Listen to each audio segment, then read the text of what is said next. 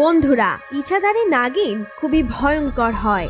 যখনই চায়, যেমন চায় তেমন রূপ ধারণ করতে পারে। আমাদের মধ্যেই থাকবে, কিন্তু আমরা চিনতে পারবো না। তাই জন্য কোথাও যদি নাগ নাগিন দেখতে পাওয়া যায়, তাদের উত্তেজিত বা জ্বালাতন করা একদমই উচিত না। বলা হয় যে কোনো মানুষ যদি ভুল করে নাগকে মেরে ফেলে, তাহলে সেই মৃত নাগের নাগিন ওই ব্যক্তির 7 জন্ম ধরে পিছনে পড়ে থাকে, যতক্ষণ পর্যন্ত ওই নাগিনের প্রতিশোধ নেওয়া সম্পূর্ণ হচ্ছে। বন্ধুরা, এই রকমই একটি ঘটনা আপনাদের জানাতে চলেছি। এই ঘটনা কেবল 27 সাল পুরনো, আর এটা একজন বৃদ্ধর সাথে ঘটেছে। এই ব্যক্তির নাম আনন্দ, যে দিল্লির নগর নিগমে ট্যাক্সি উসুলের কাজ করত। ওনার পোস্টিং ছিল রাজপুত রোড, দিল্লিতে। একদিন আনন্দ কাজ করার পর দুপুরে খাবার খেয়ে বিশ্রাম নিচ্ছিল। তখনই একটি নাগ ঝোপ থেকে বেরিয়ে তার সামনে উপস্থিত হয়। নাগটিকে দেখে আনন্দ খুবই ভয় পেয়ে গিয়েছিল। তারপরই পাশে থাকা একটি লাঠি দিয়ে নাগের মাথায় মারে, যার জন্য নাগটি ঘায়েল হয়ে পড়ে। তারপর আনন্দ আরো 2 থেকে 3 বার মাথায় মারে, তার ফলে নাগটির মৃত্যু হয়। আনন্দ এই মৃত সাপটিকে ঝোপের মধ্যে ফেলে দেয়। কিছুক্ষণ পর আনন্দর সাথে একসাথে কাজ করে কিছু কর্মচারী আসে এবং জিজ্ঞাসা করে, আনন্দ, তোমার কি হয়েছে? এত ভয় পেয়ে আছো কেন?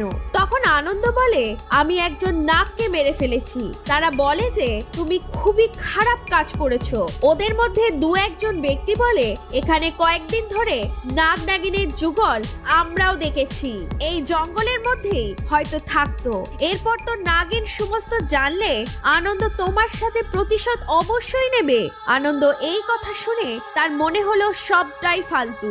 এরপর কিছুদিন পর আনন্দর দিল্লিতে সাবরাতে পোস্টিং হয়ে যায় এবং আনন্দ সমস্ত ঘটনা ভুলে যায়। ঠিক 9 বছর পর আনন্দর প্রমোশন হয় বড় অফিসার পদে, আর সেই রাজপুত রোড, দিল্লিতে আবারও আসতে হয়।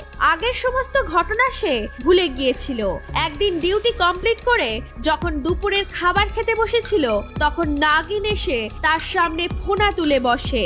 ভয়ে আনন্দ লাফিয়ে একটি দড়ির সাহায্যে উপরে ঝুলে থাকার চেষ্টা করে প্রায় 2 ঘন্টা ধরে, কিন্তু কোনো লাভ হয়নি। নাগিন ফোনা তুলেই বসেছিল। এরপর যখন নাগিন ফোনাটা নামিয়েছে, ঠিক সেই সময় আনন্দ লাফিয়ে সাইকেল নিয়ে মেন রোডের দিকে যেতে শুরু করে, কিন্তু নাগিন তার পিছু ছাড়ে না। কিছু কিলোমিটার যাবার পর আনন্দ হাঁপিয়ে যায় এবং অজ্ঞান হয়ে পড়ে যায় রোডের মধ্যেই। যেখানে আনন্দ অজ্ঞান হয়ে পড়েছিল, ঠিক তার কিছু দূরে কিছু শ্রমিক কাজ করছিল। তাদের চোখে পড়তেই সবাই ছুটে আসে। তারা দেখলো যে পিছনে একটি নাগিন। নাগিনকে দেখতে পেয়ে শ্রমিকেরা লাঠি দিয়ে তাকে মারতে শুরু করে। আনন্দর যখন জ্ঞান ফেরে, তখন সে দেখে তার পাশে মৃত নাগিন। ওই শ্রমিকের মধ্যে একজন খুব অভিজ্ঞ ও বৃদ্ধ শ্রমিক ছিল। সে বুঝে গিয়েছিল এই নাগিন কেন আনন্দর পিছনে পড়েছিল, কেনই বা ধাওয়া করছিল আনন্দকে। তখন ওই বৃদ্ধ শ্রমিকটি বলল আনন্দকে, তুমি এই নাগিনের নাককে মেরে অনেক ভুল করেছিলে, আর এই নাগিন তোমার 7 জন্ম ধরে পিছনে ধাওয়া করতে থাকবে, যতক্ষণ না তার প্রতিশোধ সম্পূর্ণ হচ্ছে। এই নাগিনের যখনই পুনর্জন্ম হবে, তখনই সে তোমার কাছে আসবে বদলা নিতে। এই কথা শুনে আনন্দ খুবই ভয় পেয়েছিল। তখনই ওই বৃদ্ধটির কাছে উপায় জিজ্ঞাসা করে। এর একমাত্র উপায় হলো, আনন্দ, তোমাকে এই মৃত নাগিনের বিধি বিধানের দ্বারা অন্তিম সংস্কার করতে হবে, তবেই এর আত্মা মুক্তি পাবে। ঠিক যেমন একজন মৃত ব্যক্তির দেহ বিধি বিধানের সাহায্যে অন্তিম সংস্কার করা হয়, ঠিক তেমনি এই মৃত নাগিনেরও অন্তিম সংস্কার করতে হবে। আনন্দ ঠিক তেমনই করলো। অন্তিম সংস্কারের সাথে 13টি পণ্ডিতকে বসিয়ে ভোজন পর্ব অনুষ্ঠিত করে। এই ঘটনার সাহায্যে আমরা জানতে পারলাম যে কোনো যুগল নাগ নাগিন যদি দেখতে পায়, তাহলে তাদের উত্তেজিত বা আক্রমণ করা একদমই উচিত না। তার সাথে তো মারা তো একদমই উচিত না।